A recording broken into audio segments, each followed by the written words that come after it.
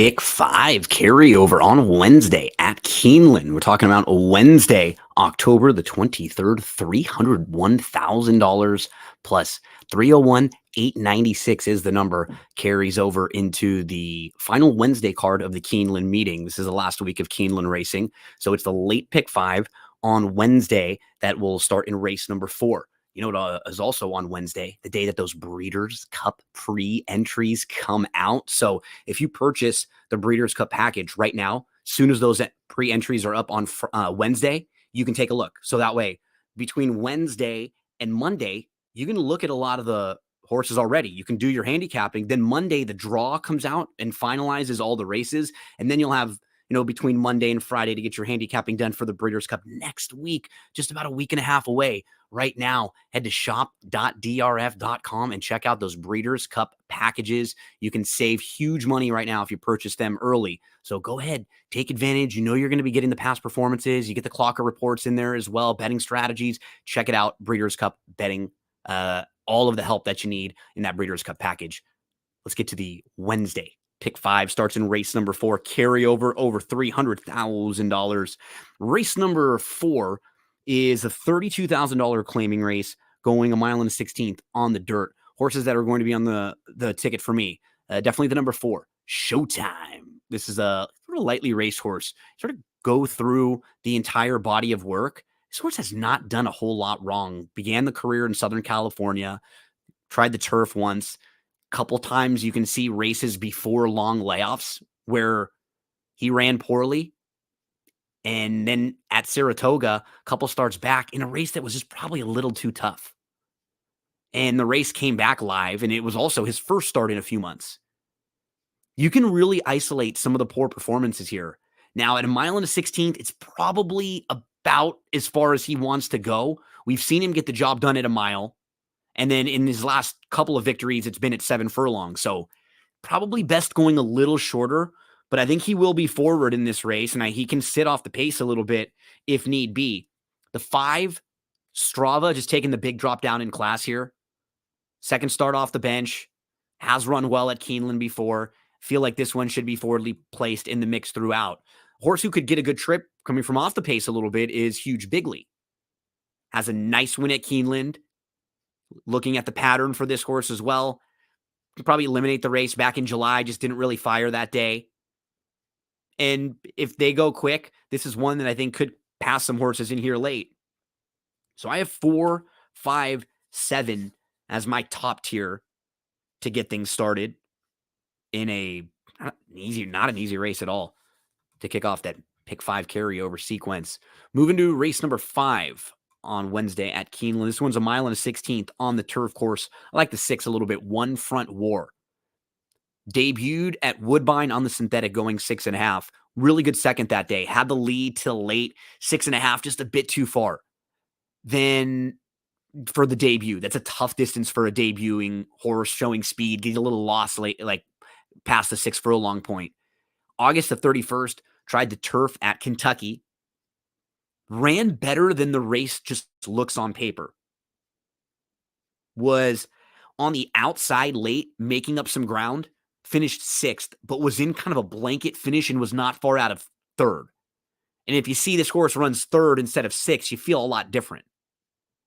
2 sprints to a route. Don't be shocked if you see her really close to the front ending here. One Front War.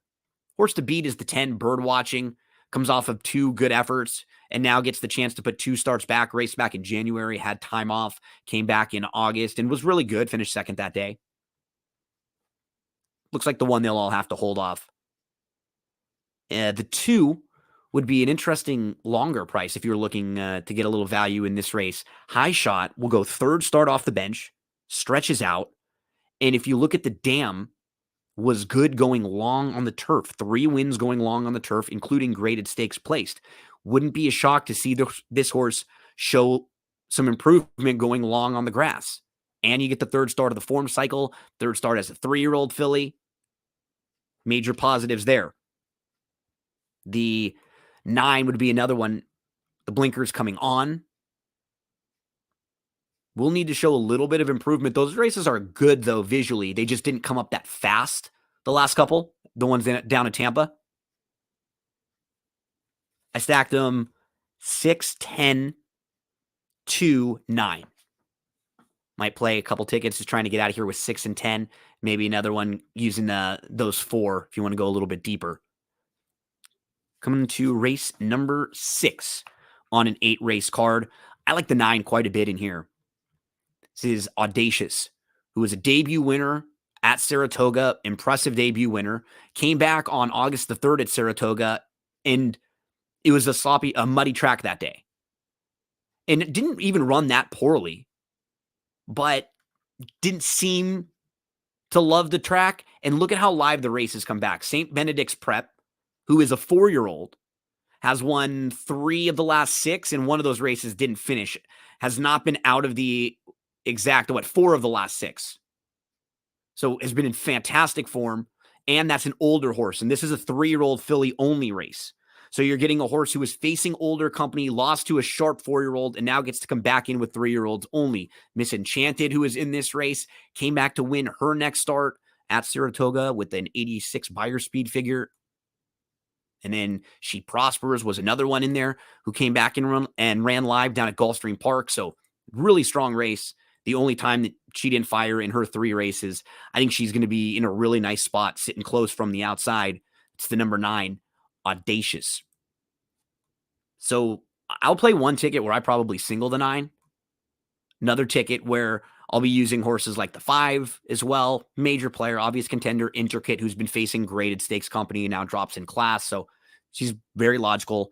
The 6 Landed really quick. She's in nice form. She's a New York bred who's going to step up and face open company, but this is a really good spot for her. She's proven at Keeneland. She should be forwardly placed in here.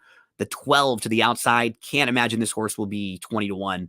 Getting back to the dirt with some solid dirt form. She's coming out of some strong grass races and with Irad Ortiz Jr. aboard and the blinks on. If you're getting anything close to double digits, make sure you throw Sakura Blossom in the mix. 9-5, 6-12 for me, but I put the 9, Audacious, on top. Let's move to race number 7. This one is a 5.5 furlong turf sprint, an allowance race. I mean, it's as good as a stakes field, honestly. You have horses like the 1, Arrest Me Red, who we've seen a lot of times in graded stakes turf sprints, a graded stakes winner, multiple graded stakes winner. This is one of the horses to beat, no doubt, with speed from the inside, but can also come from off the pace. So I think you want the 1, Arrest Me Red, on your tickets. I really like the 7, Out to Door, as well. And I might try to play some tickets where I can maybe get out with these 2. Out to Door should sit a really nice trip, and Out to Door is cutting back, I think, from 6.5 to 5. That's a huge cutback. Likes this turf course here at Keeneland, has that speed, but can sit a little bit off to the outside. When he's down to the inside, he gets forced a little bit more, like we saw a couple starts back when he was behind Arrest Me Red and Mustache. So we got the 7 on top of the 1. 6, Mischievous Rogue, made an early 3-wide move outside up to within a couple lengths, and Arrest Me Red won that race going gate to wire. Could see the 6 horse being just better in here with a little more pace to run at. The 10 is also really logical. Mustache. Probably eliminate that race last time out against Cogburn. You see a couple of the races against Cogburn, and if you just toss those 2, the other races this year have been very good. Put the 7 on top of the 1, 6 and 10 if you wanted to go a little bit deeper. Closing it out, we move to race number 8. These are 2-year-olds going 6.5 furlongs, maiden special weight. The 4, Touchy, debuted in a stakes race, was a runner-up that day, then tried graded stakes company, now drops in with maidens. Obviously, just from a starting point, from a talking point, you want to start with this horse and what are you going to do with him in this race? The problem with these are horses I generally try to beat, especially when it's dropping out of graded stakes company and stuff like that, because they had other plans and now you end up here. But I just don't love that many others in this race for me to feel like the 4 is one of those that you just throw out. I like the 8 most, Hitchcock. I think that was a really good debut and something you can absolutely build on. So Hitchcock will be in the mix for me. I went 8-4, And then just kind of depends on others that I wanted to use. Like the 10 is really logical. 6.5 isn't the easiest in which to debut, but the barn's been rolling. Kind of hard to leave this one out of at least one or some of your tickets. The 11 is kind of an interesting long shot, Campaign Trail, whose debut at Ellis was pretty good, got put up to second. And then if you want to just build off that debut, you can get some value with this horse. Also, the 2 was one that I thought was pretty intriguing. Au Contraire. Second time out. This horse has a nice little pedigree. The Damn Dream Rush earned $770,000, was a multiple grade 1 winner, and has produced some nice horses like grade 1 winner, Dreaming of Julia, Atreides, who has some monster victories, multiple stakes winner, Dream Pauline, who is a multiple graded stakes winner, Perchance, who won the first 2 career starts. Insurgent was a 4-time winner, so this was a strong pedigree here for Au Contraire, and was only just a 1 career race, which he showed speed, going 6.5 furlongs. Put the 8, 4, 2, and then 10 and 11, depending on how deep you wanted to go in here. A look at the Wednesday, October 23rd, pick 5 sequence. Don't forget, there's actually pick 6 carryover on Thursday at Belmont at the Big A. There's a pick 6 carryover on Friday at Santa Anita. It was basically carryover week. Head to drf.com for past performances, everything you need. Shop.drf.com. Those Breeders' Cup free entries coming out Wednesday, October 23rd. Then Monday of next week will be the draw. That's when all of the entries will be finalized. So Breeders' Cup coming closer day by day. Good luck, everyone, in the Pick 5 carryover on Wednesday at Keeneland.